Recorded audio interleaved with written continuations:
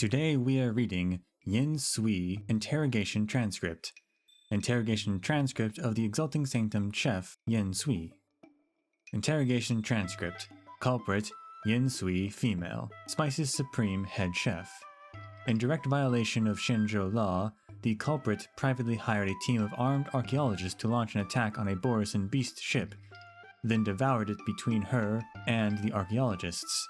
The content covered in the interrogation is as follows. Question: how did you discover the Beast ship? Answer: I have a friend. That isn't just me making an excuse.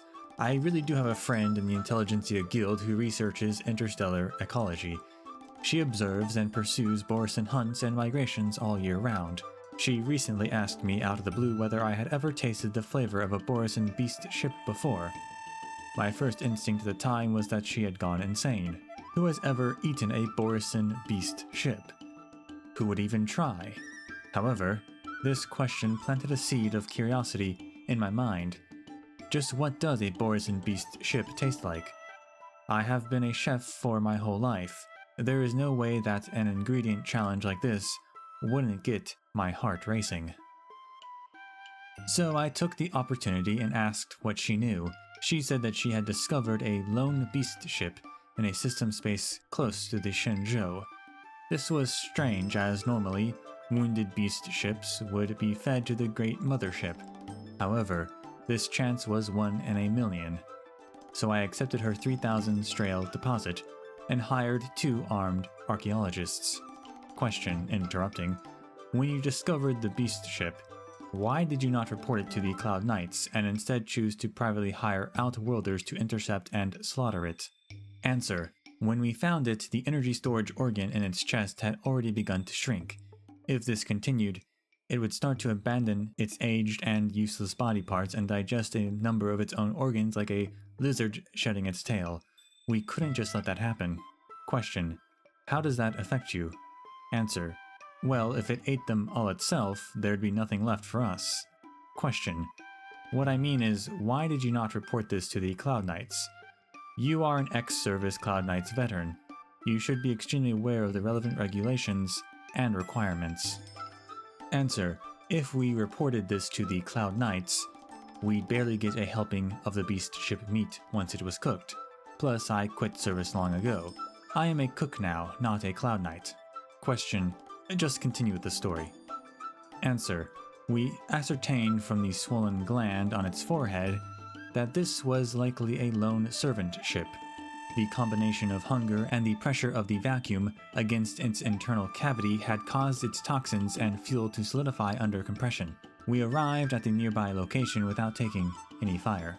Although, as the saying goes, a hungry beast ship still weighs 30,000 kilos. The void ore fins under it are not to be underestimated either. Though they may look light and floaty, the jellyfish tentacle-like appendages extending from the tips of the ore fins are actually complex phase structures. If we had gotten entangled, they would have strangled the life out of our ship. Worse still, if the energy storage tissues in these tentacles were broken, the reflux of biomass would have spread a foul, bile-like stench across the entire beast ship. In the end, we had no choice but to give up on the landing on the tail and search for another landing point. Question: stop. I don't need some pop science lecture on beast ship biology. What did you do once you were inside? Answer: generally speaking, when preparing ingredients, you must take care not to damage the head. This is because the brain and the head meat are all extremely precious ingredients.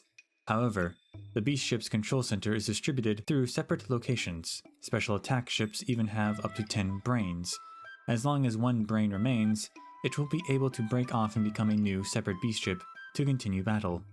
So, though I was reluctant to do it, I had them blow up the head to enter the ship through the receded nasal cavity in the center of the skull. Question: did you encounter any danger once you were inside the beast ship? Answer: you have no idea. Once we entered through the skull, because the brains in the other regions were still alive, the immune system kicked off constantly until we took out the final brain. As we walked through the corridors, hands and tentacles would keep bursting through the writhing walls to grab us. The energy supply organs in the abdomen gave us real trouble too. Sarcomas in the body caused by the curse of the plague's author allows biological energy that has been created from thin air to be converted into other forms of energy. Logically speaking, this should have been the most rich and delicious region of the beast ship. However, this self-generated energy was not enough to make the ship self-sustaining. The corpses of devoured servants and various living organisms accumulated toxic substances, and a huge amount of waste material that had not yet been moved to the excretion area had all amassed here. The disgusting scene almost wiped out the guild employees on site. Question: from what we understand of the armed archaeologists, when they encounter a situation like this, they are supposed to immediately destroy the beast ship's energy supply organ. Was it you that stopped them? Answer: yes. I was furious at the time. Once a dying beast ship's internal circulation is cut, the biomass constantly generated inside the cabin would increase internal pressure endlessly. If it blew up, we'd simply become dregs of meat ourselves. What's more, with the exhaustion caused by hyperthermia and the spasms of the abdomen, if the corridors and cabins collapsed, anyone inside would be crushed to death in the stomach. Question: we discovered numerous concentrated high-frequency blade cuts around the propeller of the beast ship corpse. What did you do? Answer: we removed the poisonous parts.